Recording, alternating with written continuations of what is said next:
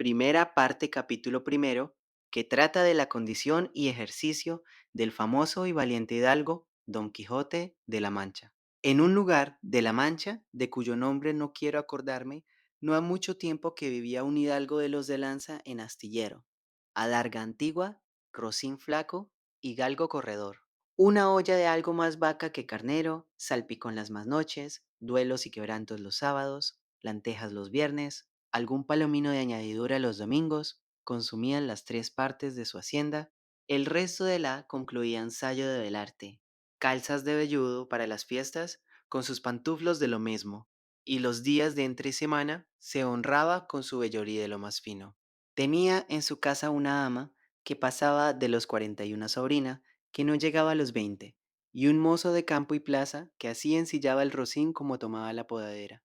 Frisaba la edad de nuestro hidalgo con los 50 años. Era de complexión recia, seco de carnes, enjuto de rostro, gran madrugador y amigo de la casa. Quieren decir que tenía el sobrenombre de Quijada o Quesada, que en esto hay alguna diferencia en los autores que de este caso escriben, aunque por conjeturas verisímiles se deja entender que se llamaba Quijana. Pero esto importa poco a nuestro cuento. Basta que en la narración de él no se salga un punto de la verdad. Es, pues, de saber que este sobredicho hidalgo, los ratos que estaba ocioso, que eran los más del año, se daba a leer libros de caballerías con tanta afición y gusto que olvidó casi de todo punto el ejercicio de la casa y aún la administración de su hacienda. Y llegó a tanto su curiosidad y desatino en esto, que vendió muchas hanegas de tierra de sembradura para comprar libros de caballerías en que leer, y así llevó a su casa todos cuantos pudo haber de ellos, y de todos, ningunos le parecían tan bien como los que compuso el famoso Feliciano de Silva, porque la claridad de su prosa y aquellas intricadas razones suyas le parecían de perlas, y más cuando llegaba a leer aquellos requiebros y cartas de desafíos donde en muchas partes hallaba escrito: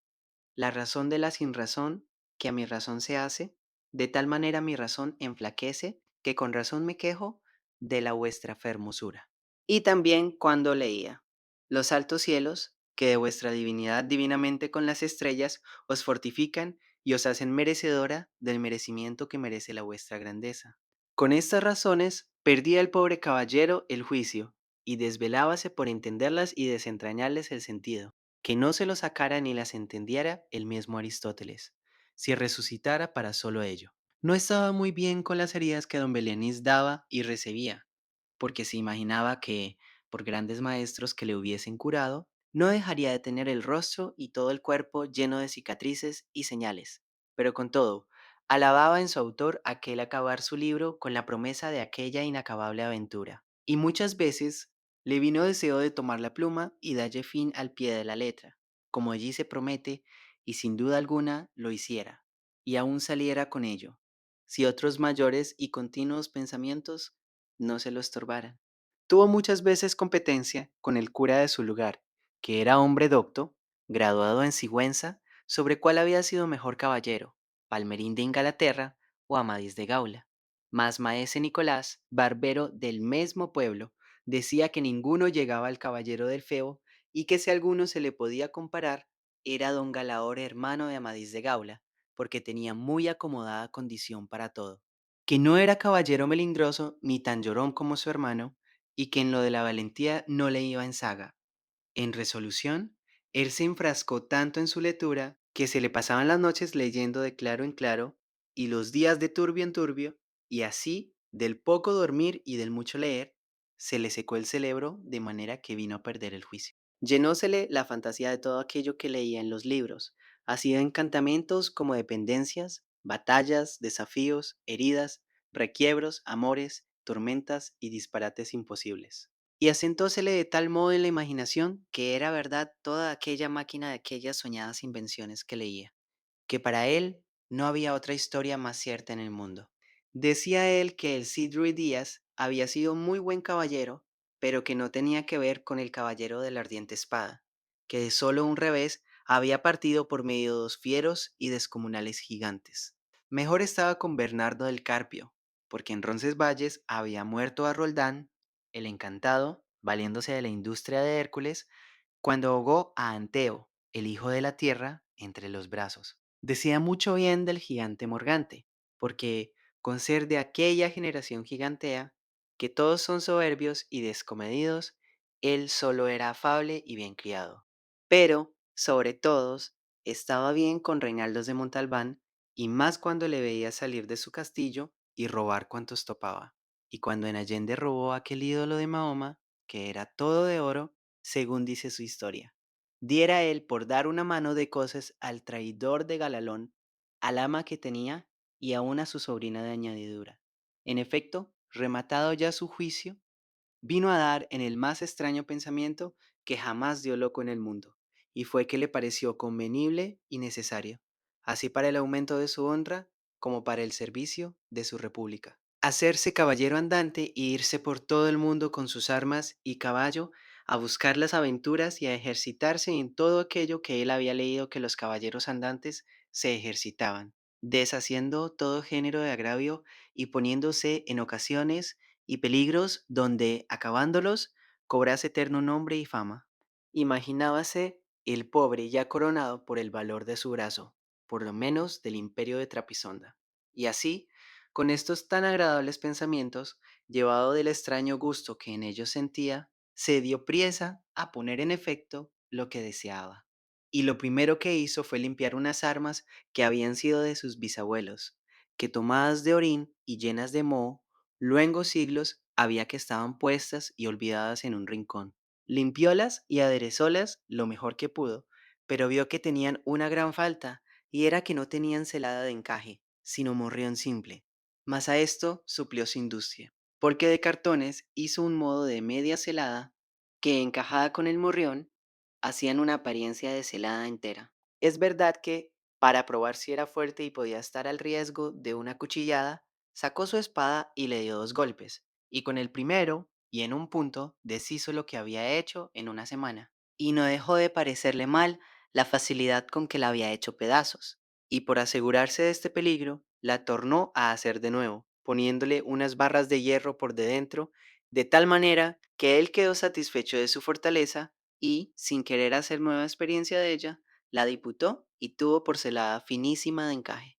Fue luego a ver su rocín, y aunque tenía más cuartos que un real y más tachas que el caballo de Gonela, que tantum pellis et osa fuit, le pareció que ni el bucéfalo de Alejandro ni Babieca el del Cid con él se igualaban. 4 días se le pasaron en imaginar qué nombre le pondría, porque, según se decía él a sí mismo, no era razón que caballo de caballero tan famoso y tan bueno él por sí estuviese sin nombre conocido. Y ansí procuraba acomodársele, de manera que declarase quién había sido antes que fuese de caballero andante, y lo que era entonces, pues estaba muy puesto en razón que, mudando su señor estado, mudase él también el nombre y le cobrase famoso y de estruendo, como convenía a la nueva orden y al nuevo ejercicio que ya profesaba. Y así, después de muchos nombres que formó, borró y quitó,